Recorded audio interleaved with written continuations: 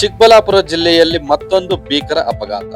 ಹೌದು ವೀಕ್ಷಕರೇ, ಇತ್ತೀಚಿನ ದಿನಗಳಲ್ಲಿ ಚಿಕ್ಕಬಳ್ಳಾಪುರ ಜಿಲ್ಲೆಯಾದ್ಯಂತ ಒಂದರ ಹಿಂದೆ ಒಂದರಂತೆ ಅಪಘಾತಗಳು ಸಂಭವಿಸುತ್ತಿದ್ದು ಸಾವಿನ ಸಂಖ್ಯೆ ಹೆಚ್ಚಾಗುತ್ತಲೇ ಇದೆ.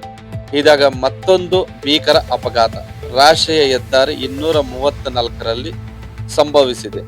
ಶಿಡ್ಲಘಟ್ಟ ಹಾಗೂ ಚಿಂತಾಮಣಿ ನಡುವಿನ ಬೊಮ್ಮನಹಳ್ಳಿ ಗೇಟ್ ಬಳಿ ಸ್ವಿಫ್ಟ್ ಡಿಸೈರ್ ಕಾರು ಮತ್ತು ಹೆವಿ ಡ್ಯೂಟಿ ವಾಹನದ ನಡುವೆ ಭೀಕರ ಅಪಘಾತ ಸಂಭವಿಸಿದೆ.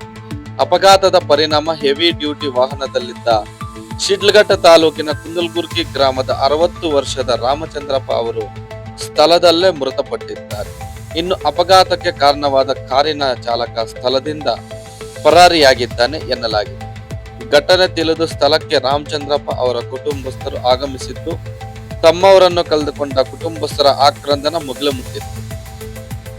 ಇನ್ನು ವಿಷಯ ತಿಳಿದು ಸ್ಥಳಕ್ಕೆ ಶಿಡ್ಲಘಟ್ಟ ಗ್ರಾಮಾಂತರ ಪೊಲೀಸ್ ಠಾಣೆಯ PSI ಸುನೀಲ್ ಕುಮಾರ್ ಅವರು ಭೇಟಿ ನೀಡಿ ಘಟನೆಯ ಬಗ್ಗೆ ವಿಚಾರಣೆ ನಡೆಸಿ ಸ್ಥಳ ಪರಿಶೀಲನೆ ನಡೆಸಿದರು. ಬಳಿಕ ಮೃತ ರಾಮಚಂದ್ರಪ್ಪ ಅವರ ಮೃತದೇಹವನ್ನು ಆಸ್ಪತ್ರೆಗೆ ರವಾನಿಸಲಾಯಿತು.